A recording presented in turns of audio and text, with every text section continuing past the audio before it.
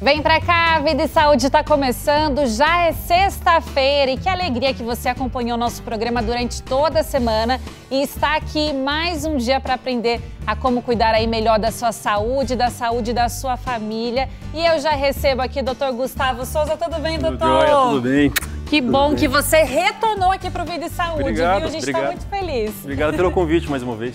E olha, hoje a gente vai aprender bastante coisa que eu acho que afeta muita gente aí, né? Com certeza. Olha só, o Dr. Gustavo Souza, ele vai falar sobre sobre a dor, uma dor bem comum e que pode trazer muitas dificuldades no dia a dia dos brasileiros. Sabe qual é essa dor, gente? A dor na lombar. Olha só, se você sente essas dores, conhece alguém do tipo que faz o movimento, já sente aquela travadinha, olha, fica aqui que hoje o Dr. Gustavo vai poder te ajudar, talvez, a resolver esse problema. E no Claramente de hoje, o Dr. César Vasconcelos, ele comenta sobre como desaprender comportamentos ruins e cultivar bons hábitos. E ainda hoje tem Boletim de Saúde com Sara Rabite e na receita você aprende um delicioso creme de espinafre com ervilha. Olha aí que bonito, cheiroso, hein? Já confesso aqui, e saboroso também. Muito saboroso, você vai gostar. Mas você sabe que aqui a gente gosta de trabalhar num todo, né? De falar da parte física, mental e o espiritual não fica de fora. É por isso que hoje eu trago aqui uma reflexão da revista Fique Leve, a revista Esperança. E aqui tem um verso que diz assim, olha, tá em Isaías 40, 30, 31. Os jovens se cansam e se fadigam, e os moços de exaustos caem. Mas os que esperam no Senhor renovam as suas forças. Sobem com asas como águias, correm e não se cansam, caminham e não se fadigam. Por mais que a gente aí passe por situações, né, que nos deixem exaustos, esses versos, eles mostram que há uma promessa para os que esperam em Deus. Você está precisando aí renovar as suas forças? Se entregue a Jesus e peça a Ele que te dê esse condicionamento que você precisa para enfrentar os desafios da vida. Com Jesus, nós estamos sempre junto à fonte dessa força. Olha só, o Vida e Saúde já vai começar agora, né, doutor? Com esse assunto que vai ajudar você de casa. Então não sai daí não, o intervalo é bem rapidinho e a gente volta já já.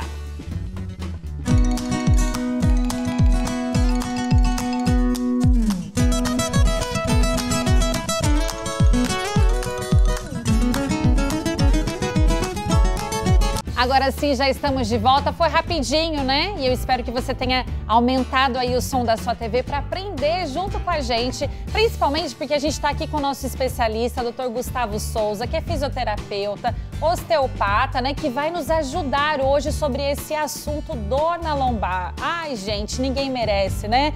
Aquela sentadinha assim, daqui a pouco levanta, já trava, ou vai fazer um movimento, trava. Tira a qualidade de vida da gente, né, doutor, essa dor? Demais, e é uma dor muito frequente na população. Olha. E a gente precisa entender quais são os fatores que geram dor lombar, porque se a gente entende os fatores, fica mais fácil também a gente encontrar soluções que a gente precisa para ter um resultado efetivo no controle da dor lombar. Olha, vamos começar então explicando para você aí que está em casa o que seria essa dor na lombar, doutor? Para isso a gente vai usar aqui esse modelo da coluna vertebral. E a gente, só para situar, né, do que a gente está falando, a gente divide a nossa coluna vertebral em três regiões. Ó. A coluna cervical, que é essa parte do pescoço, a coluna torácica, aqui em azul, que é essa região maior que se articula com as costelas, e a coluna lombar, esse segmento inferior, aqui em vermelho, ou seja, a parte mais baixa da coluna, que está logo sobre a nossa pelve, a nossa bacia. Então, as dores lombares são as dores que acometem essa região aqui inferior da coluna. E são as dores mais frequentes. Os grandes motivos de consulta nos consultórios em geral com relação a dores na coluna são justamente as dores que acometem esses níveis aqui embaixo. Agora, doutor, por que essa região sofre tanto com as dores? Quais são as causas que afetam mais essa região? Joia. A gente sempre pensa nas dores que se manifestam como sobrecargas que o corpo recebeu ao longo do tempo. Então, o corpo ele tem uma capacidade enorme de se reequilibrar. Não é qualquer tensão ou qualquer desequilíbrio que vai fazer com que uma dor surja e permaneça. Para uma dor aparecer e ficar persistente, o corpo precisa estar cheio de sobrecargas. E aí, se a gente entender nesse esquema aqui que mostra o nosso esqueleto como um todo, né? Aqui a gente está vendo as partes ósseas do corpo, né? Como essas partes se interrelacionam umas com as outras. Então, se você olhar aqui os pés, os tornozelos, em cima deles a gente tem aqui os ossos que formam aqui a tíbia e a fíbula. Equilibrado em cima da tíbia e a fíbula, a gente tem o fêmur, depois a pelve, e aí a coluna vem equilibrada em cima desse osso pélvico. Então, qualquer disfunção, por exemplo, que afete a região dos pés, pode gerar um desequilíbrio que vai afetar o joelho, ou mais alto o quadril, ou mesmo a coluna. Então, quando uma dor se manifesta, a gente entende que existem sobrecargas em vários níveis que o corpo sozinho não está conseguindo se desfazer, se reequilibrar. É aí que a dor vai se manifestar, quando o corpo esgotou as possibilidades de defesa naturais dele. Olha, então o que o senhor está explicando aqui que essa questão de ser só na coluna vertebral não pode ser só a causa aqui, na verdade. Pode ter outros fatores além da coluna estar prejudicada, é isso? Exatamente. Do ponto de vista mecânico, a gente pode ter, se a gente olhar a coluna, a gente vê que são várias peças, umas equilibradas e encaixadas sobre a outra. Cada peça dessa precisa estar com uma boa mobilidade. Então, para o conjunto todo funcionar bem nos movimentos do dia a dia, a gente tem que ter cada pecinha dessa aqui com boa qualidade de movimento, sem tensões musculares, e além desse conjunto, ele vai também se reequilibrar em cima da pelve, do fêmur, da tíbia, da fíbula e dos pés lá embaixo. Então, essas estruturas estão todas influenciando umas às outras. Quando a dor aparecer na lombar, nem sempre a causa vai estar na lombar, mas ela pode estar pagando um preço de regiões rígidas, bloqueadas em níveis acima ou em níveis abaixo, gerando justamente uma sobrecarga nesse segmento. Olha, agora você aí de casa talvez tenha sentido essas dores, acha que é só uma questão da sua coluna, mas o doutor acabou de explicar que pode ter outros fatores aí que podem estar comprometendo a sua lombar. A gente vai acompanhar agora alguns dos fatores, doutor, para você explicar a gente. O primeiro seria um desequilíbrio postural, é isso? Isso, os desequilíbrios posturais, eles influenciam muito. Por quê? Se a gente tem desequilíbrios posturais, a gente vai visualizar que a mecânica da coluna vai estar em sobrecarga. Então, tratar qualquer desvio da coluna, do tipo escoliose, aumento de curvaturas, alterações de comprimento dos membros inferiores, são desequilíbrios mecânicos que podem gerar sobrecargas que podem gerar dor no futuro. Então, a questão postural é importante, não só a postura em pé, mas os nossos hábitos posturais. Como é que você está sentado nesse momento? Se você observar, tem algum ponto de compressão? Tem alguma região tensa na sua coluna nesse momento, enquanto você nos assiste aqui? Então, os hábitos posturais, como eu me sento na cadeira do trabalho, como eu me sento no sofá de casa, isso também tem relevância quando a gente vai abordar a dor lombar. Até mesmo quando tá relaxado, né? Às vezes o pessoal de casa, vou assistir Vida e Saúde, programa que eu gosto, aí já se espalha no sofá. E isso, mesmo no momento de relaxamento, você pode estar comprometendo, então, aí a sua coluna com isso. Pode. O corpo, ele dá sinais, né? Então, se você está sentado, mesmo que relaxado no sofá, e de alguma forma tem alguma região do seu corpo desconfortável, você instintivamente tende a se ajustar para procurar uma posição de conforto. Então, fique atento a esses sinais que o corpo dá. Uma dor, antes de se manifestar, ela começa com um pequeno desconforto. Geralmente, a gente negligencia esse desconforto e aí ela passa a se incidir com mais frequência. Agora, outras causas relacionadas à lombar também, que geram dor lombar que não tem a ver com o sistema esquelético ou muscular, são as relações viscerais ou das tensões no nosso abdômen. Olha, então, por que isso? Os órgãos baixos aqui da região abdominal, por exemplo, o intestino ou o útero, no caso das mulheres, eles têm conexão direta com a região lombar. Então, qualquer tensão nesses órgãos aqui na frente, por exemplo, uma constipação ou uma aderência em alguma estrutura dessa, vai gerar interferências mecânicas na região lombar. Então, é muito comum um paciente chegar com uma crise de dor lombar e quando a gente faz a avaliação, a gente encontra pontos de tensão na região do intestino, pontos de tensão ao redor do útero ou mesmo influências importantes de cicatrizes. Então, toda cicatriz gera, em geral, uma aderência. E essa aderência ela pode ou não gerar uma interferência na coluna.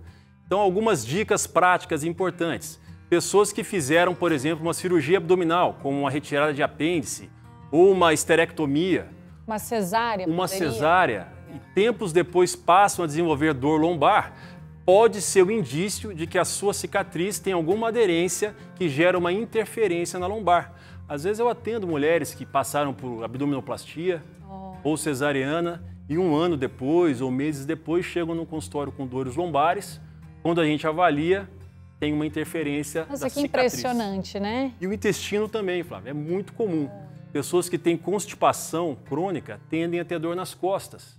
E aí uma outra dica prática, se você tende a ter dor lombar, uma suspeita de que possa ter relação com o intestino a dor está presente. Quando você vai ao banheiro, evacua, a dor lombar alivia, isso pode ser um indício de que a sua dor lombar tem interferência da região do intestino. Essas relações viscerais são muito fáceis de perceber para algumas mulheres que têm dores lombares durante o período menstrual. Sim. Também uma relação com a própria tensão da região do útero, gerando interferência na região lombar. Olha só, gente, imaginava todo esse sistema aí que poderia estar comprometendo a sua lombar, mas não para por aí não. A gente vai trazer aqui mais uma informação para você. Olha só, rigidez articular e muscular, que já comentou, pode ser também com relação a essa parte do intestino, essa rigidez ou do útero? Também, essas tensões viscerais, elas tendem a gerar espasmos na musculatura da coluna, ou seja, a causa não é um problema da coluna, mas um reflexo, e isso pode gerar uma tensão muscular. E essas rigidezes entram também naquilo que a gente falou, né? A mobilidade da coluna, ela tem que ser em todos os níveis.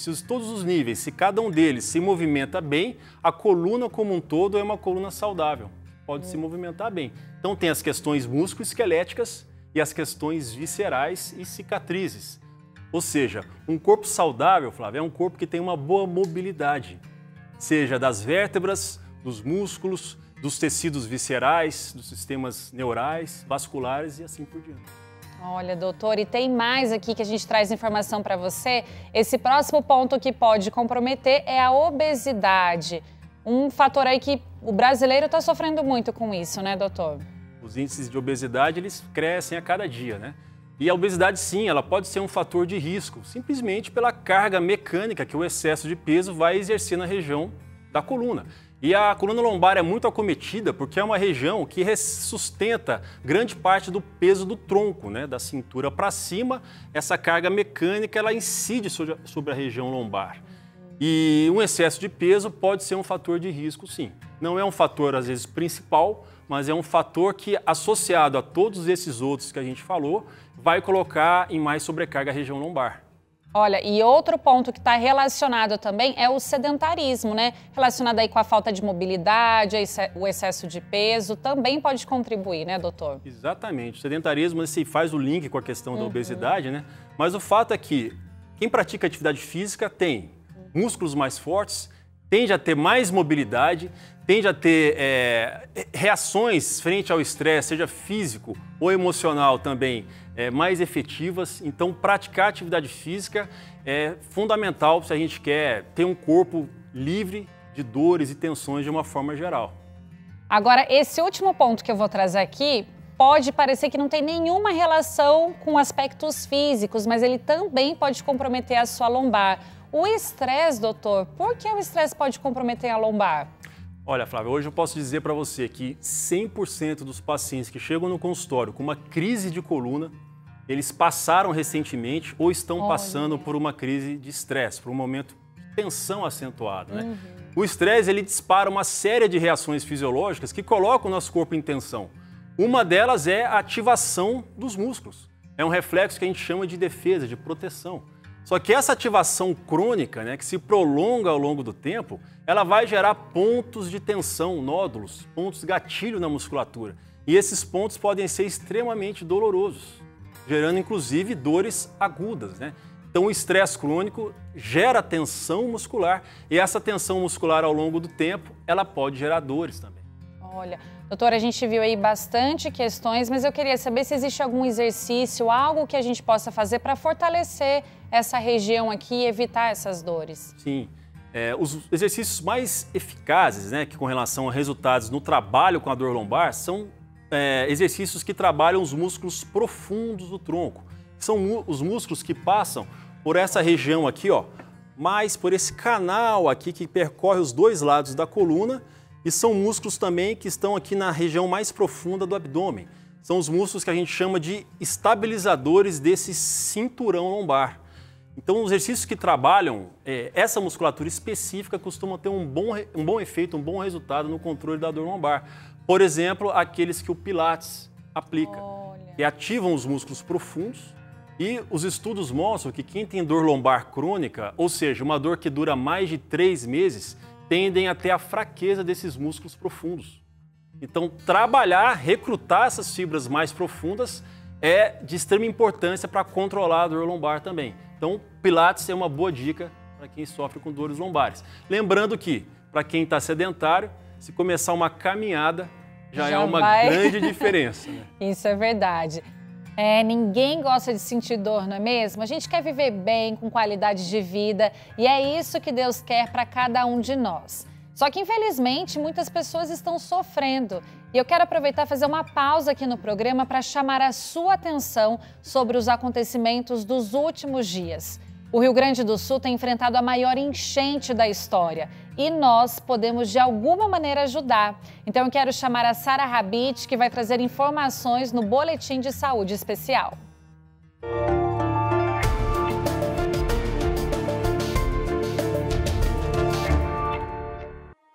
As chuvas começaram no Rio Grande do Sul dia 29 de abril.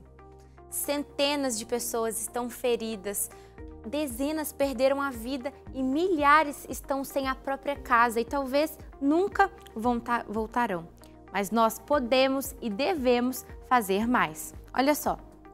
Oi, eu sou Ana Laura, eu sou voluntária da ADRA aqui no sul do Brasil e nós estamos agora, nesse momento, no SET, que é um centro de treinamento onde a ADRA está fazendo um abrigo para as famílias que estão sendo afetadas pelas enchentes aqui no sul do Brasil. E nós queremos muito agradecer as suas orações que foram feitas até o momento e pedir para que você continue orando por esse projeto. E se você sentir no seu coração que quer doar algum valor para a ADRA, para esse projeto, você pode doar para o nosso Pix, sos@adra.org.br. Não deixe de participar e de doar um pouquinho do seu tempo, das suas condições para estar com a gente aqui nesse projeto no sul do Brasil. A Ana Laura, juntamente com diversos de outros voluntários, estão com a ADRA Brasil trabalhando incansavelmente para dar abrigo, alimentos, água e outros recursos essenciais para as vítimas da tragédia no Rio Grande do Sul. A agência tem feito de tudo para amenizar o sofrimento dessas comunidades afetadas. Mas para que esse trabalho continue, cada um de nós pode contribuir. Se você puder, por favor, faça uma doação para a ADRA Brasil através do Pix, sos@adra.org.br. Cada doação, independentemente do valor, fará uma grande diferença. Obrigada, Sara, que volta daqui a pouco com mais notícias aqui no Boletim de Saúde. Ainda hoje tem Claramente, tem ainda esse assunto sobre dor na lombar com o Dr. Gustavo e receita que você aprende aqui de creme de espinafre com ervilha. O Vida e Saúde volta já já.